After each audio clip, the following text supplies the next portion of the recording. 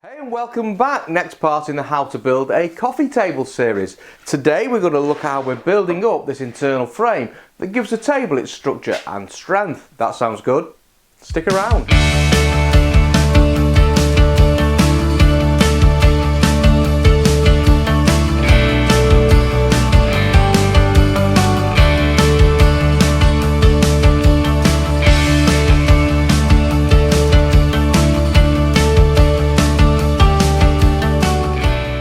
Welcome back to the Woodgrafter. I'm Andy Guile, and if you're new here, our mission as always is to inspire, educate and support you in your journey to becoming a better woodworker. We do that through a whole variety of videos, how to build something videos, project series such as this one. We look at tool tips, techniques, reviews, information from the industry and just get together and have a jolly old chat. So if you're new here and you're not a subscriber, subscribe now. Give me a thumbs up so I know you like what we're doing, and leave that all important comment so we can start the conversation. With that said, let's get going. Now, I had a bit of a problem with the computer side of the business. I had a hard drive crash, and unfortunately I had about 3 episodes worth of data all stored on that hard drive waiting to be edited for the YouTube channel.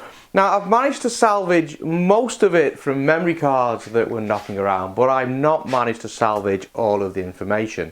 So in this episode, we are going to start the work on this internal frame, and we're going to pick up the action from the cross pieces inside the frame. Now, you'll already see that these pieces here, the long stretchers, are already completed in this episode. That was no harder than taking the rough stock in the way that we normally do, measuring the overall length by using proportional dimensioning from the table top, i.e. where the leg's going to sit in relationship to the top, and therefore how long do the internal pieces need to be. I then milled them down to a nominal 18mm thickness, ripped them to the width as per the plans, about 40mm from memory, and then tidied them up. So today we're going to pick up the action on these cross pieces. Let's have a look at that. So the next job is to turn our attention to these cross braces that go between these oak frames that we've already started to create, and you can see they're made of poplar, about 50mm wide and 18mm thick. The important dimension here is this 18mm. Actual fact, it's got to be the same thickness as these oak pieces we've already put in the cross frame. So we bring these down close to size and then we'll creep up so we get the perfect thickness here, and then these simply go between those 2 oak frames, and that's obviously going to give us some strength and stability to the internal structure. So nothing special in the milling of these, it's a normal preparation. So I'll bring these down to size and we'll come back together as we're creeping up on that final fit. I'll see you in a minute. So I brought these down to that 50mm width that we're looking for, and obviously these are all now nicely flattened with 2 square edges on side it. Now these are a bit oversized, these are about 19mm thick, and we're looking for the nominal 18mm. Now when I say 19mm, that's 19mm more or less set on the thicknesser dial, but I want to be more accurate than that. When these fit in, I want these to be flush with the top and also flush with the bottom, and if I flush the base up there, I can feel a slight high point on this piece of wood. So this is thicker than this, and that's not surprising. I want to be so precise with this, I'm going to come in with my digital calipers and I'm going to measure the thickness of the oak that we milled earlier on. Now this was nominal 18mm, and that's coming in at 17.7mm on this guy, on this gauge, 17.75 there. 17.8 there, 17.7 there. So this is nominally 17.7mm thick. Now these are coming in at 18.7, measured a few places, 18.7. So no surprise, I need to take about another 18.9 on that one. No surprise, I need to take about another millimetre off the thickness of this to give me that precise measurement. I'm not going to do that all in one go. I'm going to start to take these down 0.1 of a millimetre on either side. So 0.1 millimetre, 0.1 millimetre, so 0.2 per exercise. And then I want to come back and test this till I get that nice flush fit that I'm looking for. And once I get that, I'm going to call it done, regardless of what the readings say. So I'm going to do that, and we'll keep coming back and testing that fit. So there you go, I just crept down on that fit, and now I have a fit that feels pretty good. Nice and smooth and flush on the top, and nice and flush on the bottom. Everything's nicely cleaned up, and this is 4 square. So with these cut to size, the next thing is I need to cut them to length. Now the length of these obviously dictates how far apart these 2 oak face frames are. And we know that we want those 2 oak face frames 2mm back from the front of this leg to match that 2mm reveal we put on the end panels. So I've got some clamping pressure on here with these long clamps, and that's just giving me a friction fit across here that's holding this top piece into place. So I'm going to come in again with my calipers zeroed down, and I'm just going to measure the distance from the front of this oak piece here and the front of this leg. And I'm just going to use light taps on a hammer to make that 2mm, and I'll do the same on this back piece here, and then whatever that comes out at there is the length of all these pieces. So let's do that. And that is 2.01 millimeters, so I'm not going to quibble about that. 2.07, so that's near enough. So I now know that the distance between this edge here and this edge here will give me a 2mm shadow gap at the front of this piece, and that's exactly what we're looking for. It will match the 2mm shadow gap here. So I can come in and take the length of this directly from the project using my knife, come in here, right into that corner, make a mark, making sure I don't move this, right into that corner and make a mark.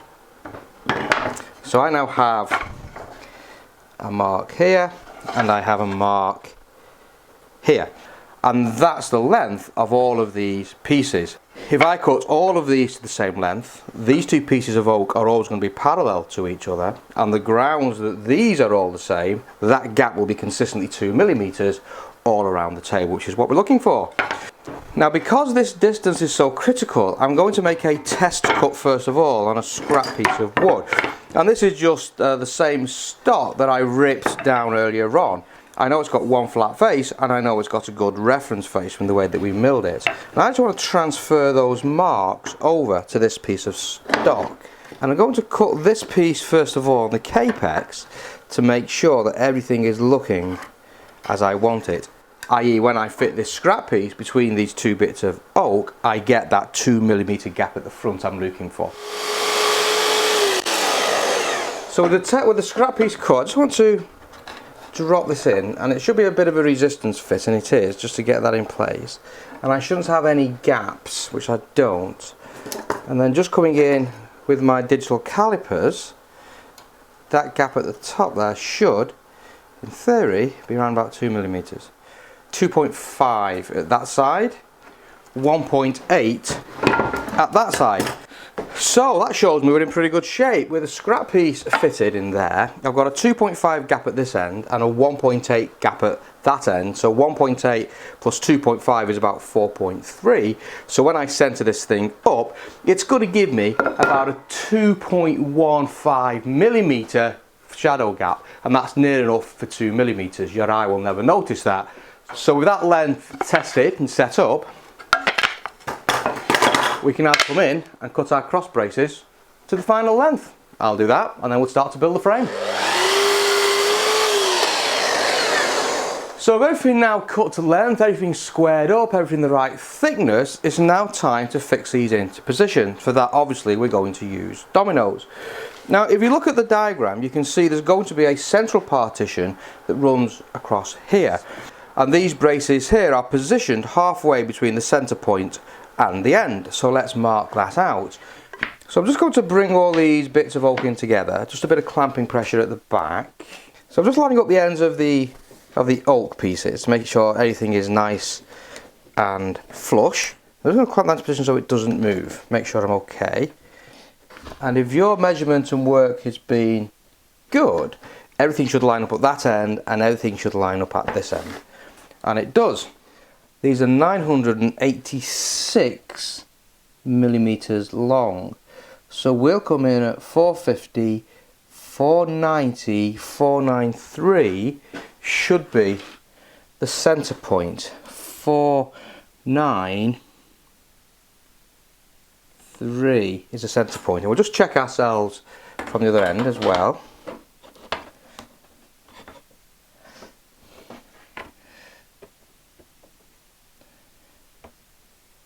.493, so that's good.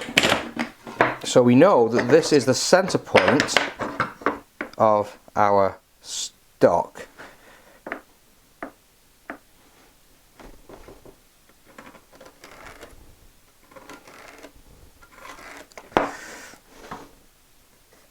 Just put a little symbol on there so we know it's a centre point. Now we need to find halfway between the centre point and the end. So we know that that centre point is now 493.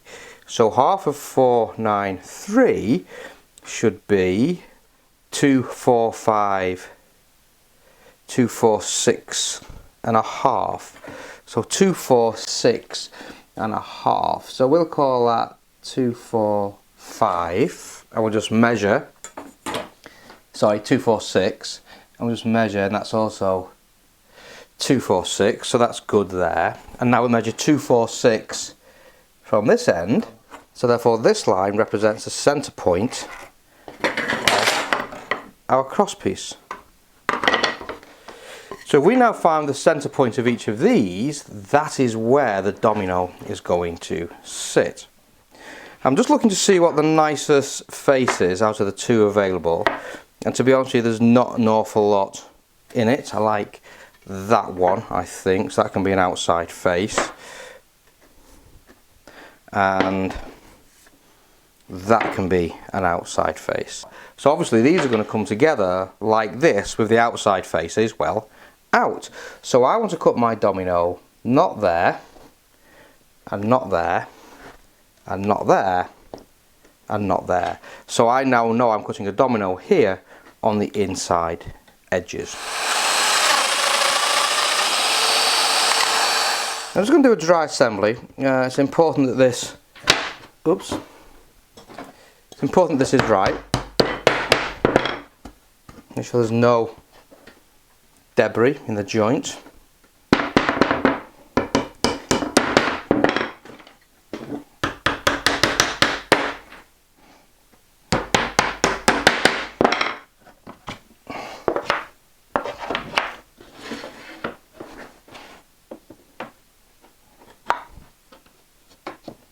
And there you go, that's what I'm looking for. Everything's nicely lined up. This is making a strong structure even though it's not glued yet. These are smooth enough, bit of sanding will get us down to the final position, and hopefully everything is square. And it is.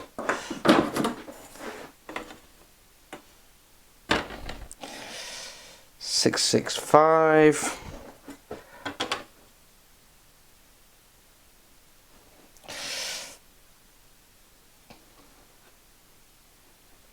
Six, 665.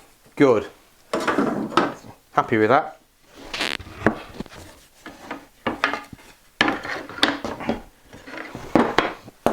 And the final check is, does everything line up? So these are all nice and flush at the front and all nice and flush at the back.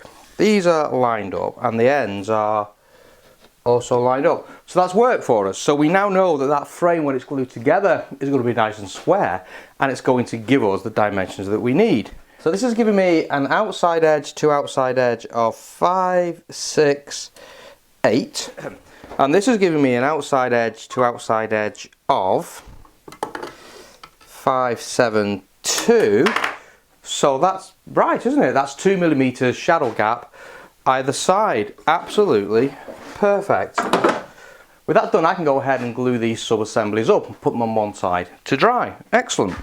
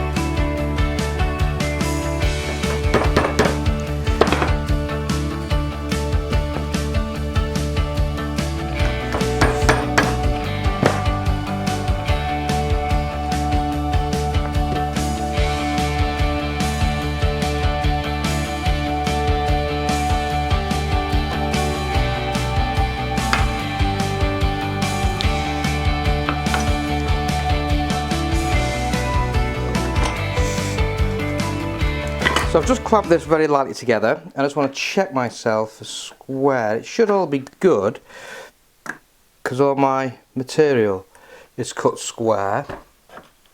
But check, you don't want to make an assumption and find out that you were wrong, and that's pretty good.